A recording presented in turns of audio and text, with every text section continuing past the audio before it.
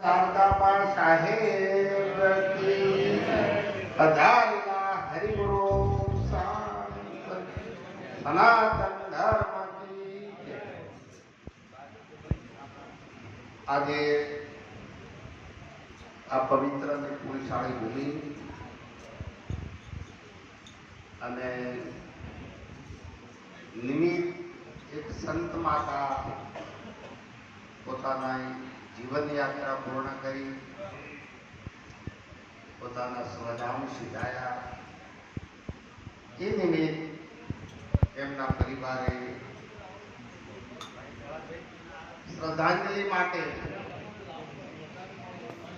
આ ભક્તિ નો જો યોગ પ્રાપ્ત કરાયો અને એમાં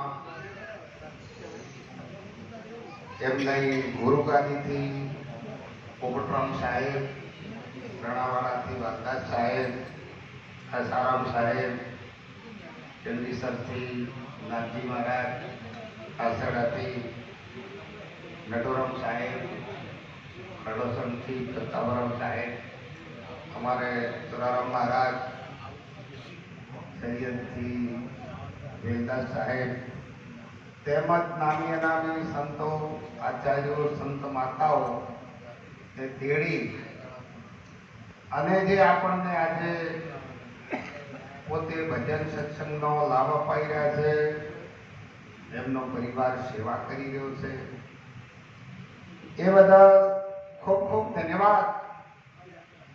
આજે જે કોઈ સંતો પોતપોતાના અનુભવ પ્રમાણે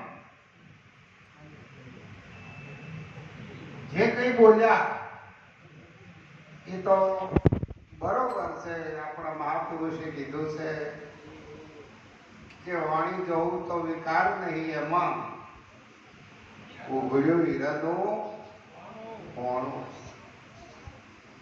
કોઠીમાં આપણે જે કોઈ ભર્યું હોય એ હોણું ખોલો એટલે ખબર પડે.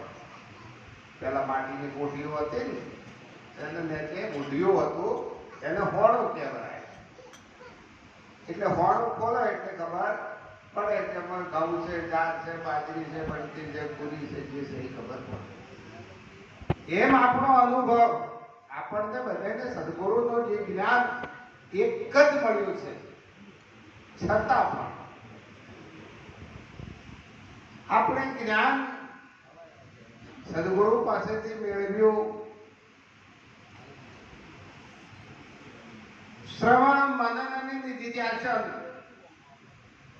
શ્રવણ તો કર્યું, હમણાં શ્રોતા અને વક્તાની વાત કરીને શાસ્ત્રનું પ્રમાણની વાત કરી, પણ તોય આપણા સંત મહાપુરુષો ના પાડે છે કે શાસ્ત્રી શહેરના લોકો ઠગારા શબ્દો બોલે છે, ન્યારા ન્યારા. કોઈ કે 68 તીરથ ફરશે તારે સુરતાને હરિવાર વર્ષે. કોઈ કહે કે હાડ હિમાળે જઈને ગાળશે તારે કે સુરતાને હરિવર પરણશે. આ બધી કે જે વાતો છે ને એ વાતો આપણે ક્યાંકથી ઓભળીને માહિતી લાયા છે. અમેરિકા જોયું ના હોય પણ કોઈ જઈને આવ્યું હોય એટલે એ આપણને બધી માહિતી આપી દે. પણ કોઈ આપણે અમેરિકા જોયું છે? કદાચ કોઈ ફોટા પાડીને લાવે પણ ફોટો એ કોઈ અમેરિકા છે? આપણે ના જોયું હોય ત્યાર સુધી આપણે જે કંઈ ખાધું પીધું હોય એનો આનંદ આપણને આવે, પણ વાતે કોઈ દાડો આનંદ આવતો નથી. એ માહિતીનું જ્ઞાન છે. માહિતીનું જ્ઞાન શબ્દ વડે શ્રવણે તમે ઓભળો એટલી વાત. અર્જુન બોલતા અને પડદા બોલતા સુણજો શાન ભાન અને કાન. આપણે કોને ઓભળ્યો? વાત સાચી છે, ઓભળવું જરૂરી છે, ઓભળ્યા વગર જ્ઞાન થાય નહીં. ઓભળ્યો ખરો પણ શાન ના આવે તો પેલું બાળક છે, નાનું બાળક હોય, એકદમ નાનું હોય ત્યાં સુધી એને કોઈ ખબર ના હોય. ઓભળો તો કોઈ આપણે ગમે એટલું બોલો પણ એને કોઈ કોઈ પડી ના હોય. પણ પછી મહિના હવા મહિનાનું થાય એટલે હવે ચપટી વગાડો એટલે કે હવે હોન આવી છે. એમ આપણે આ સહન આવે તારે પછી એને એ બાળકને એના નોમથી તમે બોલાવો ને એ ક્યારે સમજે? એને ભાન થાય તારે એ પોતાનું ભાન થાય તારે ખબર પડે. નહીં તો કોઈ દાડો માહિતી તો લઈને અત્યારે તો આ એવી ટેકનોલોજી છે ને તમને બધી માહિતી આપી દે. વિજ્ઞાન શું કરે? ઘન પદાર્થને વાયુની સાબિતી કરીને આપી દે. વિજ્ઞાન સાબિતી કરીને આપી દે. 50 કિલોની યુરિયાની થેલી લાવતા હતા અને એ જ થેલી અત્યારે 500 ગ્રામમાં એટલો ને એટલો પાવર 500 ગ્રામની બોટલ આવે એ આખી થેલીનું કામ કરે. આખો ઉકરડો કામ ના કરે એટલું કામ 50 કિલોની થેલી કરે. અને હવે એ આખી થેલી 500 ગ્રામમાં પૂરી દીધી. આ વિજ્ઞાનની ટેકનોલોજી છે એ સાબિત કરી નાખે. તારે સંત અનુભૂતિ કરાવે. સંત શું કરે? પેલો માહિતી આ સાબિત કરીને આપે અને આ અનુભૂતિ. અનુભૂતિ ક્યારે થાય? વાલો મારો વાતો કરે. તમારે સાચું બનવું પડશે. આગળ સાહેબે કીધું ને કે હજુ કોક નડે. બીજો માની તો બીજો ફરે છે એક છતાં બીક શાની ધરે છે. રાખ હિંમત નિર્ભય થા અરે ગુરુ વિના અને કોણ છોડાવે. જો આપણને સાચા સદગુરુ મળ્યા હોય તો જે પરમાત્માને આકાશ પાતાળ કરી ગયા, પહાડોમાં જા, હિમાલયમાં જા, પણ તો એ પરમાત્માનું કેવો છે એવું સપનું ના આવ્યું. ધીરજ બાપુ કહે છે કે શમ દમ કરતા સ્વામી સપને ના આવે. સપનું ના આવ્યું. પણ એ પરમાત્મા જેને સાચા સદગુરુ મળ્યા છે ને, ગુરુ સાચા મળ્યા, અરે ગુરુ સાચા મળ્યા, આત્મ પદ અનુભવથી ઓળખાય. સો મહિમા કહો નામ તણે તોલે કોઈ ના આવ્યું. બધું તોડ્યું પણ નોમને તોલે કોઈ, બધું તોડી મૂકી દીધું પણ આ નોમને તોલે કોઈ ના. આ ભક્તિનો માર્ગ ગાવાનો ઠીક છે, આ બધું ઠીક છે, જરૂરી છે, પણ ગાવાનો, નાચવાનો, કૂદવાનો આ નથી. આ રહેવાનો માર્ગ. આ માર્ગ રહેવાનો છે. રહેવો મારે સાસરિયાની રીતે. સાહેબજીને ભજવા છે રૂડી. જો પ્રીત ના હોય, ચંદ્ર અને ચકોરની પ્રીત તમે જોવો તો ખરી, એનો પ્રાણ તજે. દીવો અને પતંગિયાની પ્રીત તો તમે જોવો.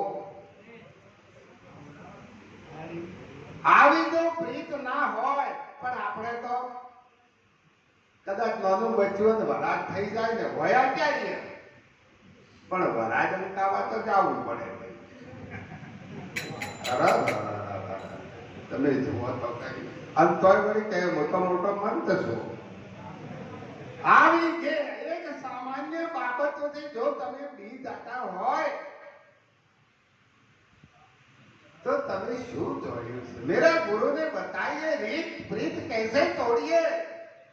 પ્રીત તોડી એટલે વાત પતી ગઈ. એ રીત बताइए राम नाम की तोड़ी भ्रम की भीख. एक भ्रमણા હતો એની દીવાલ તોડી નાખી.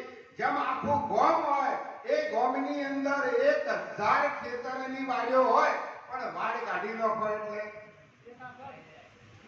અને કદાચ ગોમના ખેતરોની આખા ભારત દેશના ખેતરોની અને આખા દુનિયાના ખેતરોની વાડ કાઢી નાખો તો એકાકાર થઈ જાય. કેવો એકાકાર થાય? અંબુ મધે દિશે છે આકાશ વિરાટ રૂપે દ્રષ્ટ પડી. જેમ અંબુ કહે છે સાગર, અને સાગરમાં તમે નજર નાખો ને એટલે પાણી અને આકાશ એક વત થઈ જાય. એમ બ્રહ્મ જ્ઞાને ગગનવત થઈ રહે, જેમ કુંભ મહાજળમય હરિરસ પીધીએ. શું કરો છો શિખર?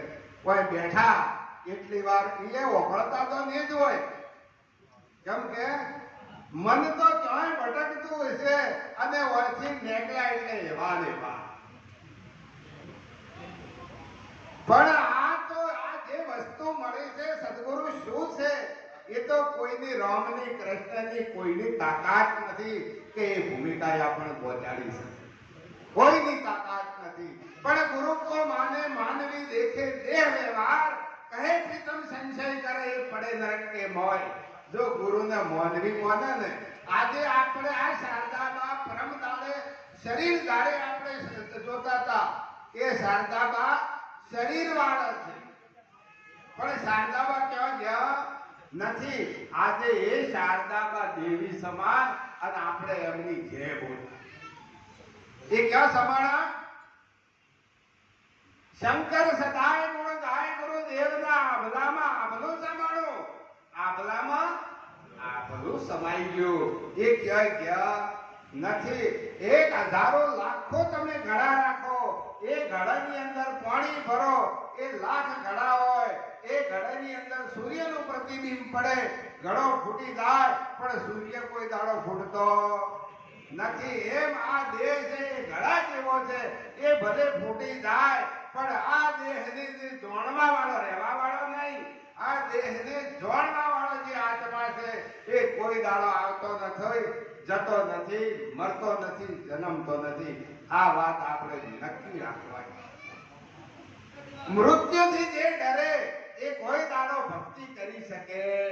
હમણાં મને આવ્યો એટલે નાગીરામ આમ તો જે ગુરુ મહારાજે કર્યું બરાબર. જો શું કીધું?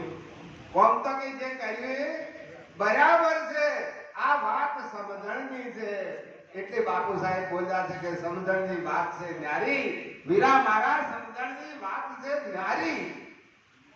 મીઠા ને સાકરની પૂતળી બનાવી, બંને રૂપાળી લાગે નારી, પણ સમજુ અણસમજુમાં ફેર ઘણો છે. એક લાગે ગળી અને એક લાગે નારી. એટલે હું વિશેષ બોલતો નથી. આપણે સમજણ રાખી પરમાત્માનું ભજન કરજો.